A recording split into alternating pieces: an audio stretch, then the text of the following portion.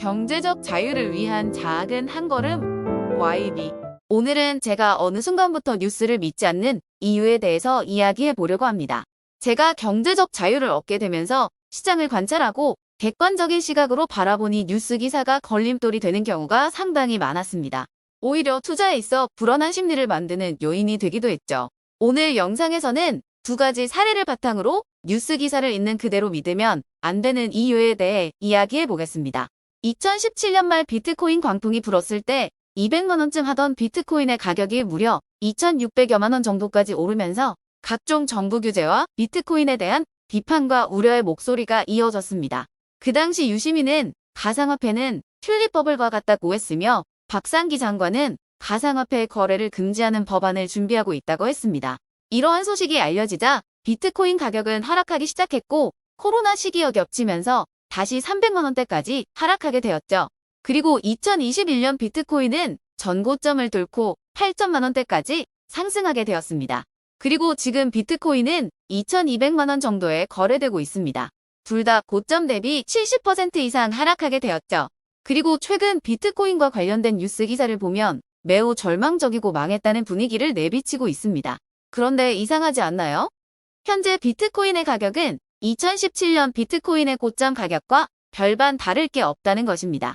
2017년 장밋빛 미래를 꿈꾸던 비트코인 가격과 비트코인의 절망을 이야기하는 지금의 가격은 차이가 별로 없는데 왜 최근 뉴스 기사만 보면 비트코인은 곧 망할 것 같을까요? 뉴스 기사는 현재의 사건 그리고 자극적인 이슈만을 보도할 뿐입니다. 비트코인은 현재 고점 대비 70% 이상 하락했고 외국의 무슨 은행이 어떤 유명한 투자자가 비트코인 더 떨어질 거다, 부정적으로 바라본다라는 자극적인 내용만 가지고 보도하고 있습니다. 수많은 사람들 중 유명한 몇 사람이 비트코인은 부정적이다라고 말한 것을 옮겨온 것뿐입니다. 또 하나의 사례를 이야기해 보겠습니다. 2021년 엘살바도르의 나이브 부킬레 대통령은 비트코인을 법정화폐로 도입했고 비트코인에 약 1,400억 원을 투자했습니다. 최근 비트코인의 가격 하락 그리고 FTX 사건 등으로 비트코인의 가격은 크게 하락했습니다. 이 때문에 약 900억 원의 손실이 발생했죠. 이 내용을 바탕으로 뉴스에서는 엘살바도르는 디폴트 위기다, 비트코인 실험은 실패했다, 그리고 재정 손실, 경제 위기를 겪고 있다 라고 보도하고 있습니다. 그런데 최근 엘살바도르의 나이브 부킬레 대통령은 어떤 말을 했을까요? 매일 비트코인을 하나씩 구매하겠다는 추가적인 공약을 세웠습니다. 제가 볼 때 국내 뉴스와 당사자의 분위기는 사뭇 다른 것 같습니다. 저는 뉴스 기사를 매일 보고 있습니다. 그 이유는 시장을 관찰하기 위해서죠. 그리고 뉴스 기사를 있는 그대로 믿지 않습니다.